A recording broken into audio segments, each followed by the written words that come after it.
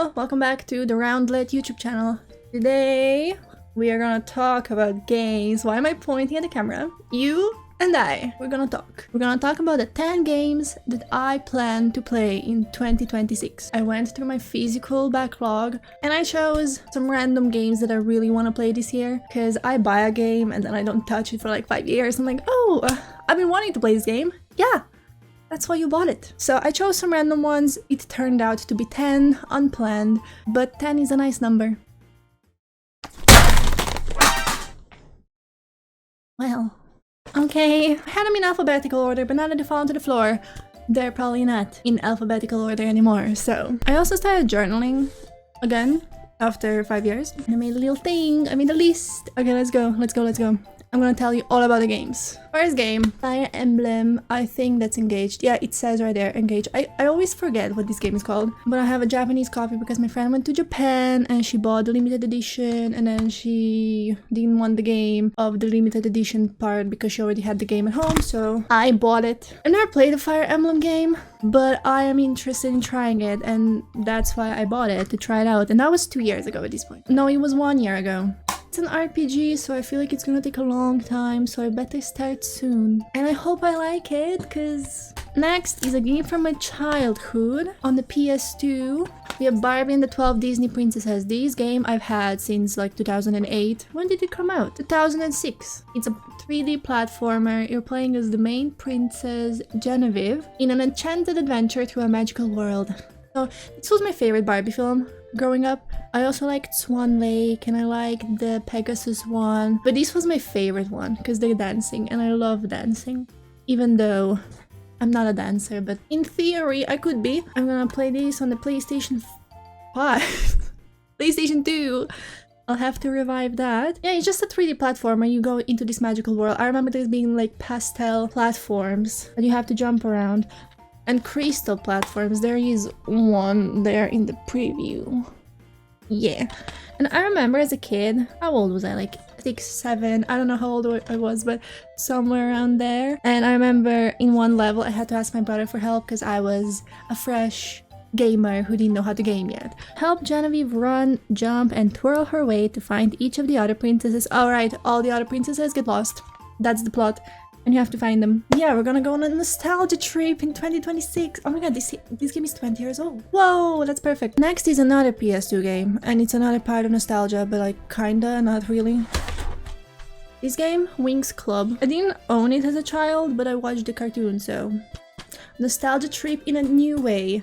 I do remember my friend had this on PC back in the day, but she didn't let me play. I could only watch, and she sucked. Alright, and it's in Italian, because I bought an Italian copy. Yeah, that's gonna be fun. I love Italian culture, pizza and stuff, and Winx Club. I'm concerned though, because it says 4Kids on the back, and the 4Kids English dub of this show was bad, and not as good as my English dub, which is like the international dub. I feel like I'm gonna suffer through some lore inaccuracies because of 4Kids.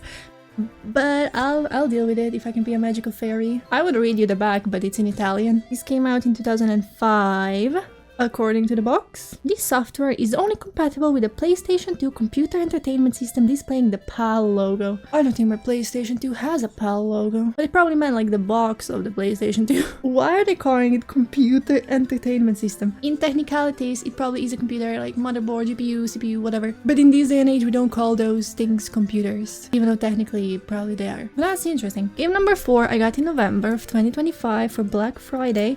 It's still wrapped in plastic. Still has the price tag on it and all that. It's Epic Mickey Rebrushed. I've been wanting this game since 2010 for the Wii, and I never got it. I don't know why, because whenever I saw a game that I wanted, I would go to my mom and I would make a PowerPoint on why I needed that game for my life to be fulfilled. But I think for this one, I just never did that. And I don't know why, because I did want it. I think I saw it in a commercial on the TV. And that's the only TV commercial for games that I remember. So Disney Epic Mickey Rebrushed is a remake. I got it on PS5 because if I can, I get a game on the PS5 because I love the controller. I love the controller and I love the trophies. Because I could just get the game on PC, but that's not fun. I don't find it as fun to go to Steam and open a game. It's way more fun putting in the disc and pressing the button. Disney Epic Mickey. Next we have The Legend of Zelda Link's Awakening on the Switch. This is one of the few Switch games that I still haven't played in my collection. Same with Fire Emblem. I think those are the only two left. So let's get this done with now that we're in the Switch 2 era. Yeah, I got this on sale in 2025? I don't remember. It had a sale in the store for like everything. The whole store was on sale. Oh, it's so nice. Look, it's a volcano with a Yoshi egg on top. Oh, this is gonna be so much fun. I loved Echoes of Wisdom, and this is the same art style. My friend played this game and she hated the dungeons though, so I'm kind of concerned about that. But I think it should be fine. It will be alright. Next, Pokemon Ranger for the Nintendo DS. I got this for €25 at the store, like at the Scammy Gaming store. And it was truly very lucky to find it, because usually gaming stores here, they just have like shovelware, they have Wii Sports, and they have Animal Crossing Amiibo Festival, and they have FIFA, and they have overpriced Pokemon 3DS games. So this was a gem that I found. Then I also went to Austria, I went to Vienna in a random gaming store, and that store was selling it for 50 and I got it for 25. So yeah, I was truly lucky. So I can't wait to play these with my stylus, like tick, tick, tick, tick. That's all I know about the game, that you just draw circles, and I feel like my arm's gonna fall off playing this game, but I'm gonna have so much fun because I love the idea of this game. I got the manual and all, and the cartridge. I love that the Gen 4 had like the glossy stuff. What I don't like about it is that because the glossy cover, the spine is a bit grayer than the rest of the DS games, and Pokemon Diamond has the same problem. When I got my Pokemon Diamond in mail, I put it on the shelf. I was like, why are you gray? Are you fake? But no, it's real. Next we have Poke Park 2 Wonders Beyond on the Wii. I got this in Spain, in Valladolid. That's what the city was called. And I played it for like an hour. And you play as Pikachu and you play as Oshawott. You start with those two, Oshawott and Pikachu, they become friends. And then some other Pokemon at the beach, they get kidnapped by a weird portal. And then you and Oshawott jump into the portal. And then there's an evil Pokemon possessing Pokemon. And then you escape the portal and you go to some grass kingdom, and then Snivy is there, and she's a little princess of the city, and she's annoying. But I'm intrigued by the story, so I want to start it from the beginning and then finish it. Yeah, this is a Spanish copy. It has Spanish on the back. It makes sense, I bought it in Spain. And the triangle is yellow. I love yellow. If you don't know that about me, now you do. Next, I want to play the first Professor Layton game for the DS. I got this from my friend, the same one who sold me Fire Emblem. I got this because I've been wanting to play Professor Layton, and I got this a year and a half ago. Got the manual, the cartridge. The DS is just so cozy, and this is a puzzle-solving crime game that's made for 7-year-olds. So yeah, specifically this is Professor Layton and the Curious Village. I am curious. You could call me George. The DS is just so cozy because it's like a small little thing. In my case, I'll probably play it on the 3DS. And this one is also small and cozy. There's just something about having like your small little console that is just so cozy because you can be in bed. I know you can be in bed with the Switch, but it's not the same because that thing is heavy. I love having a DS. Which is why I also want to play The Sims 2 Castaway. I also got this 2 years ago at this point. Castaway! I played a little bit of the PC version because there's like every console has its own version. I played a little bit of this PC one and it was fun, but I want to play this one because once again it's on the DS and it's cozy. This is a Dutch copy, and this is how the Dutch say castaway. Like you need 5 different words to convey that. Okay, sure. I'm excited.